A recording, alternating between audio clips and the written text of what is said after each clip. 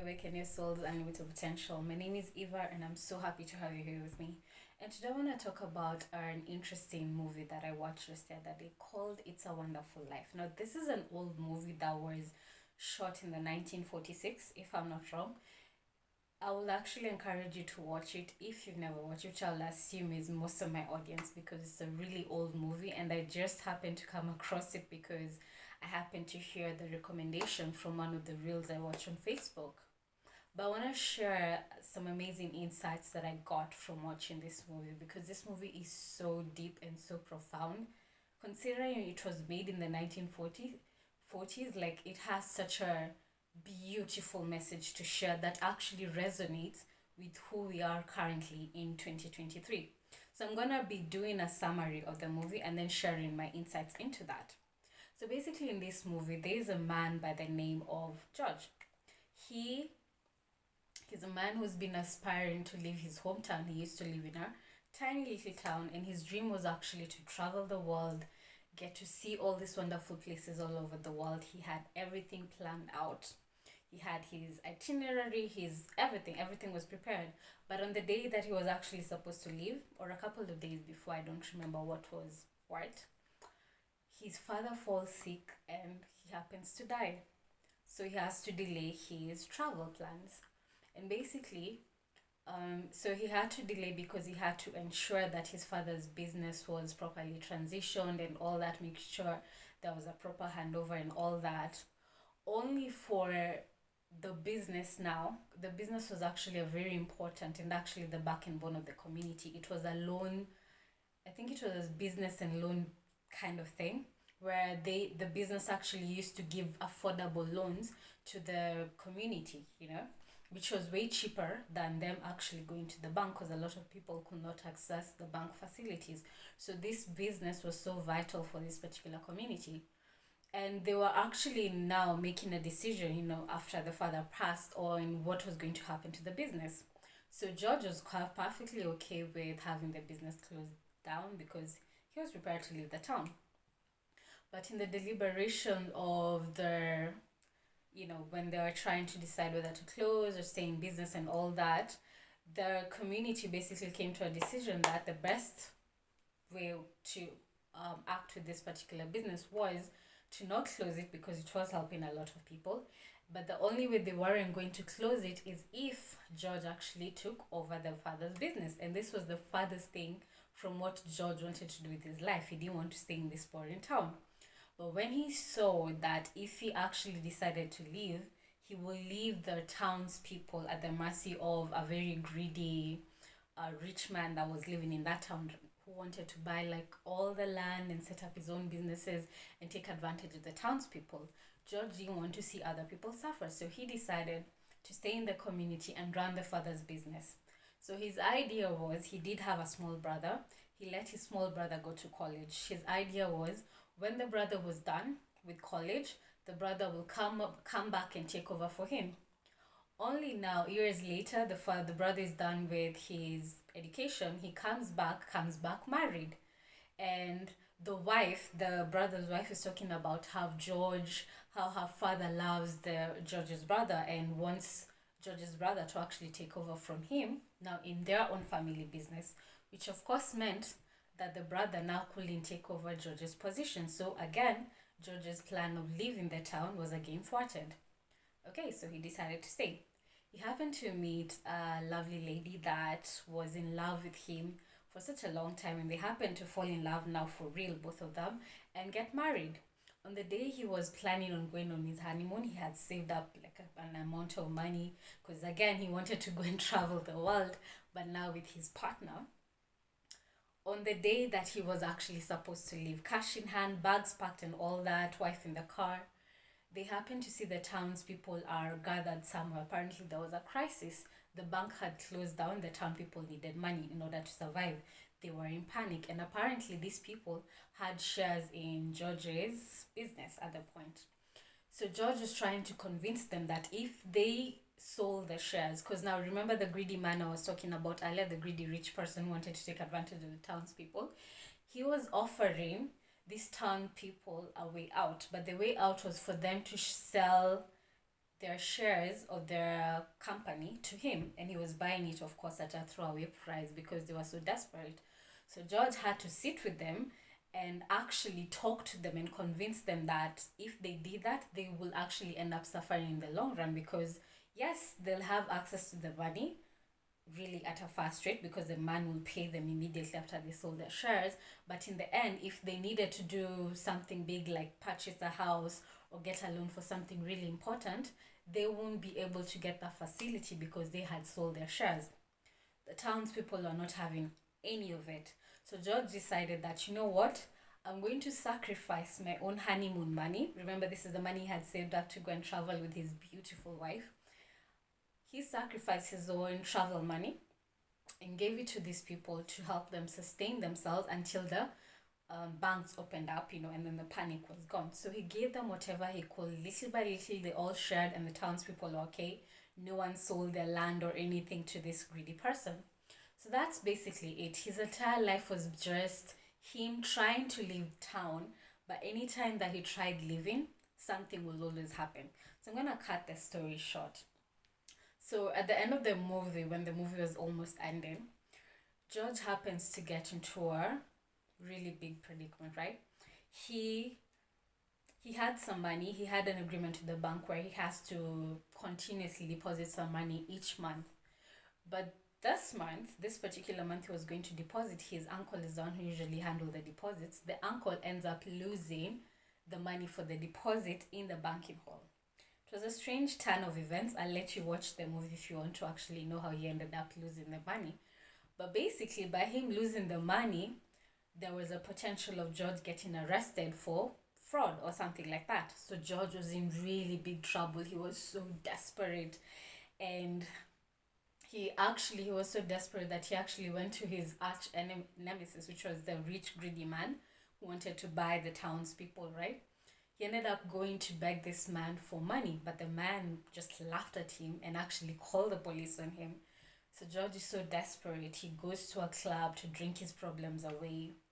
And in the club, he actually makes just a very tiny prayer of, God, if you're out there, show me that you're out there. And like, I need your help.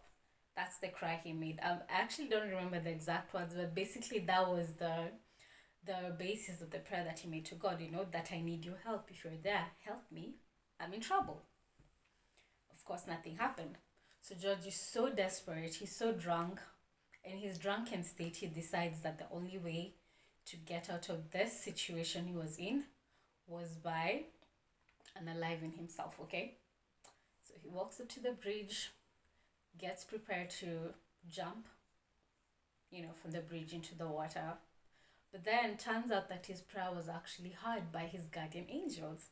So heaven in the movie sent his guardian angel to help him at that point. So his guardian angel appears at that point, and in order to stop George from jumping in, the guardian angel jumps in and then starts screaming, help me, help me. George, because he has such a beautiful, beautiful heart, didn't want to see anyone else hurt. George jumps in to save this strange man. Remember, this is a stranger. This is not someone he knew. He actually jumped in to save this man. And at that point, like, there was rain, like there was serious rain happening. There was a storm actually. The water was actually not calm, but George was willing to risk his life for a stranger, which actually shows you the kind of character he was. He ends up saving the guardian angel. Of course, he didn't know it was the angel. So when they're conversing now with the angel is trying to convince him that, hey, I'm an angel from God sent to help you in the current situation you're on. George is so depressed, doesn't want to hear anything about it. So it gets to a point that the guardian angel is so frustrated because he's not getting through to George. And George is like, he wishes that he never existed. So upon hearing that, the guardian angel was like, you know what? I'm going to give you a wish. So he did his trick or whatever, and he made it as if George had never existed at all, that George was never born. So George starts walking around town, right? And everything has changed. Just based on that one wish, everything in the town shifted. Okay, so first of all, he goes to the pub where he was drinking earlier. The pub was actually owned by a very good friend of his who George had actually helped to get a house. And he was such a friendly person, right? Prior now to George making the wish. He walks into the pub and it's such a crazy place. The man that he knew as such a friendly and kind man was so aggressive, so angry with the world, and so just wanted to kick you and all that. Like, he wasn't really a nice person. So it turns out that because George existed and because George helped him out before, his character had actually shifted because George didn't exist. Okay, George thinks like that's just a coincidence. He goes out. He notices that every shop that was in the town had completely changed. Remember the rich old man whose entire intention was to buy up the town so that he could set up his own businesses? What this person had actually done, instead of now there being family friendly businesses, they're all kind of clubs and just weird businesses that really don't support a community well-being. That's what I'd say. So everything had shifted. The community he knew first that was so family friendly and so easy, and everyone was friendly. Everything has quite completely changed.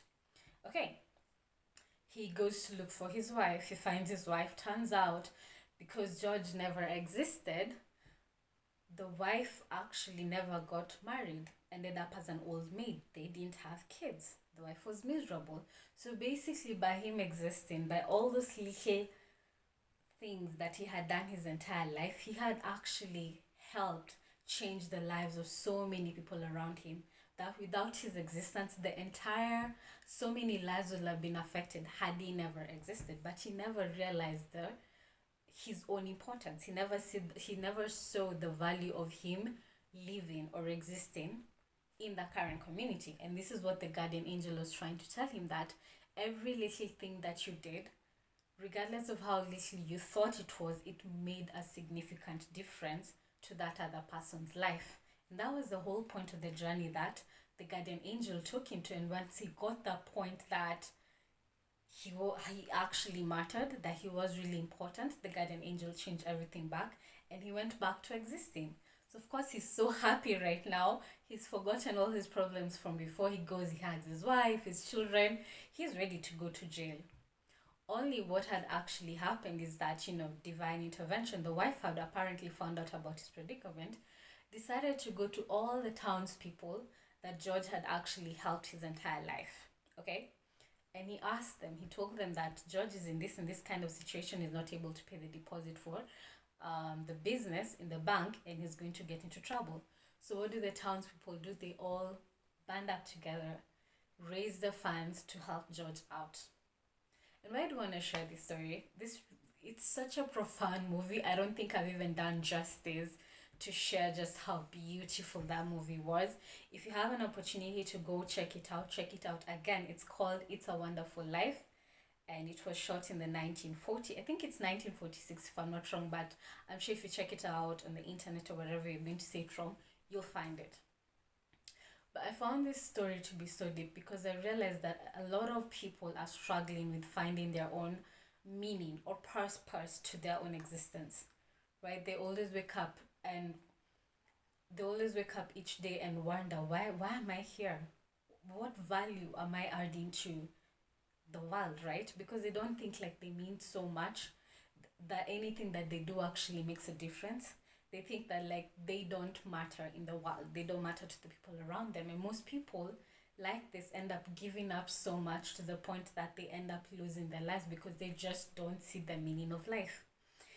And if this is your current struggle, I want to tell you that there's a reason why you exist. You're not here, you're not breathing right now and watching me on your screen right now by chance. Nothing happens by coincidence. Everything is divinely timed, everything is divinely planned.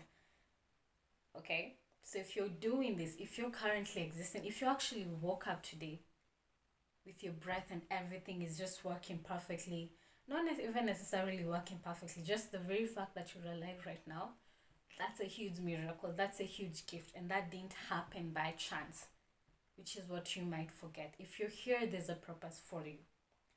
If your purpose in life was completely done, like you had nothing else to learn as a soul, you will actually not be here today, because the whole point of our existence is first of all to grow and evolve and become the best versions of ourselves, right? And to keep learning at each and every time with all the experiences that you encounter. So if at all the current experiences that you're having are not really adding any value to your soul, guess what?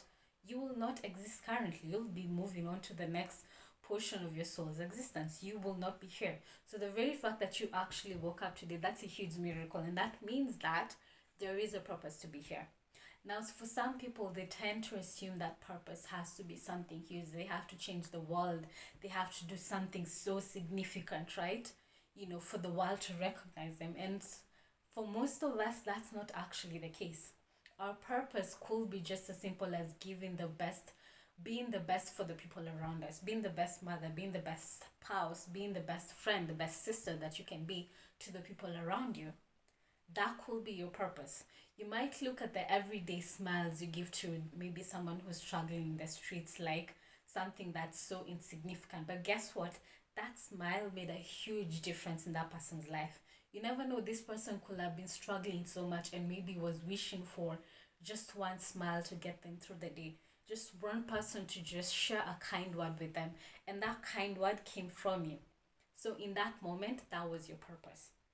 And funny thing is that your purpose might actually change from a day-to-day basis, right? Today's purpose could be like, my purpose today was just to make an amazing meal for the family. Just that simple act. And the fact that you got your family to sit together and have an amazing meal and had such an amazing time. That tiny little moment that you think was not so significant actually made such a huge difference to everyone's lives. But not many people look at that. They look at the little things that happen on a daily basis like insignificant, and they're not. I want to share a story that I read a while back from a book called Journey of Souls by Michael Newton. And again, an amazing book. I would recommend that you check it out. It's really interesting and gives you a different perspective of basically our soul's existence after, a current human experience, what happens in the next part of our journey. So if you're curious about that, check out that book, Journey of Souls by Michael Newton. So in this book, this man is talking about a life review he was having with his guides about the kind of life that he lived. Okay, so he honestly thought that he had not made a difference in his entire life. He was 100% sure that he had done nothing good. But you know what he was shown? He was shown a scene where one day he was so busy and wanted to get to work really fast, he was actually getting late. He happened to notice a woman who was crying at a bus stop, like literally crying. And what did this man do? Even with his business, he actually chose to sit down with this woman and just comfort her in that moment, just talk to her. It wasn't even a long conversation. It was a very short conversation, and then he left. So for him, he didn't think of that incident as anything big, but the guides were showing him how significant that tiny event was. It was so significant that it made such a huge difference, but in his mind, he had completely forgotten about that incident. And why I'm sharing it with you is that every little thing that you do in your life counts. You know what you will carry with you at the end of your life? It's not all these material things that you're busy fighting for. It's not the car, it's not the house, it's not the fancy clothes that you get to carry with you to the next part of your soul's journey. You won't get to carry the material things. What you will carry are the memories and the experiences, and mostly those little amazing loving experiences you've had with your loved ones, or even with the people you meet on a day-to-day basis. Those are the experiences, those are the feelings that you get to carry with you to the afterlife, because that is what actually matters. The love you showed, regardless of how insignificant you thought it was, the love that you showed to all people around you, that matters a lot. And those are the memories you want to hold on to when you're about to leave the world. You won't be thinking about how many cars I have, like, oh wow, I was able to buy a 4-wheel drive, I was able to travel to the most beautiful places, and you won't be thinking about that. You will be thinking about all the amazing experiences that you've had with your loved ones. So you want your life to be filled with all those moments. Never diminish any little thing that you do for another person. It matters so much. Sharing a piece of bread with someone who's struggling, sharing your money, your hard-earned money, with someone who's on the streets who does not have any food to eat that day. Those tiny little experiences, they matter so much. I'm all about showing love and compassion to the world, to yourself first, because what people forget is that they also need love and compassion. A lot of people focus so much on the external while they forget themselves. And you matter also. So start with yourself. And once you fill yourself with this love and compassion, start now sharing with the people around you. Start being kind to the people around you, your father, your mother, your brother, your sister, all those. Start being kind to them. Endeavor each day to make someone else's life better than you actually found it. That's actually one of my purposes. Like, I want to leave the people around me better than I found them that day, because then I'll know I have actually made a significant difference in their life. Whether it's through a tiny act of love or a big act of love, it doesn't matter. But endeavor to just make the people around you happier than you actually found them. And I'm talking about anything big, like you have to go buy flowers, you have to go buy, I don't know, take someone on an expensive trip or something like that. No, it could be very small, like making just a cup of coffee, just saying good morning and asking how was your day. As simple as that. And you don't know how much of a difference you'll have made in that person. Even the very act of just being on the listening end to someone who just needs someone to talk to. A lot of people also miss out on this. They assume that conversations have to be both ways, that that person has to talk and I have to talk in turn. No, some people just need someone to listen to them, for them to just feel heard. And if you're able to provide that gift to someone else, it's such a beautiful gift to give to someone else. Because here's the thing, you're not here to solve everyone's problem, especially if you're in problems yourself, right? Because some people always wonder, like, how can I solve that other person's problem if I can't even figure out my own life? But guess what? Each of us has the ability to fix our own lives. Each of us has the ability to tap into our highest potential. It's not a matter of I have to help you become better. You have to help yourself. So that when I'm talking about being an amazing listener, it's just a matter of just being there and letting the person figure it out for themselves. You don't have to have all the answers. That other person is not asking you to have all the answers. And funny thing is that you find that even in conversation, most people will normally just come up with their answer instantaneously just from that conversation.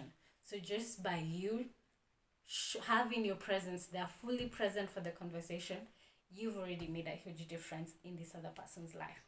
So I'm gonna end my video here. I hope you've enjoyed my story. Again, you can go check out the movie. It's A Wonderful Life. Brilliant movie. I cannot recommend it enough. Very touching, very powerful story. And you know what? Go check it out and let me know what kind of insights you actually get from watching the movie. I've shared my insights with you. I love to hear your insights down in the comment section. So make sure you watch it and comment down below with what your favorite part about the movie was. For now, I just want to send you so much love and ask you to subscribe if you haven't subscribed to my channel yet. And also, click on the notification bell that's next to the subscribe button so that you don't miss out on anything that I share on my channel. And as always, to say thank you so much for tuning in and watching my video this far, or even for subscribing to my channel. I've prepared a beautiful quantum flow meditation that will help you tap into inner tranquility and release any anxiety or stress that you might be encountering on a day-to-day basis. This beautiful meditation is designed to help you tap into inner states of peace, bliss, and peace within a couple of minutes. So if you're curious about that, you can download or get access to the meditation down below in the description box. And just to share how I can actually help you tap into the lessons that your soul came here to learn, to help you tap into the infinite potential that I know you have. And if you want to know basically the purpose, what did your soul come here to resolve? I do work with 2 modalities and I'd love to introduce you to them. And if you also want to know about them, you can book a discovery call with me. I'll just do a brief introduction to the 2 modalities here. But if you'd like to know more, make sure that you book a discovery call with me. So the first modality I do work with is called quantum flow. So quantum flow is all about biohacking your nervous system and releasing any crystallizations that's formed in our nervous system. And the crystallization normally come from all our trauma, all our emotional wounds that basically are stored in our nervous system. And what the nervous system does is that it blocks our energy centers within our body. By energy centers, you might look at it as the chakras that a lot of people talk about, in the outside world. If you're familiar with the word chakras, that's what I'm talking about. So if you have chakras which are blocked, the energy is not flowing well in your body, it means that various areas of your lives are affected. It means that the vibration you're sending out into the world that's causing all these experiences, all these people to be attracted to you, all that the vibration you're actually sending out is attached to your past emotional trauma, emotional wounds, and that is not what you want, which means that you'll keep on recreating your past over and over again. So if you want to biohack your nervous system, break down this crystallization, get the energy flowing again, and get you to tap into the energy of manifestation so that you are actually able to create a kind of reality that supports your well-being, that supports your highest potential, and also be able to tap into your inner guidance, right? If you're curious about that, you want to tap into your emotional and physical well-being, you can book a discovery call to learn more about quantum flow. And the second modality I work with is called soul realignment, which is based on working with the Akashic record. And the beauty of this modality I work with is the fact that we actually get to identify, give your soul an identity.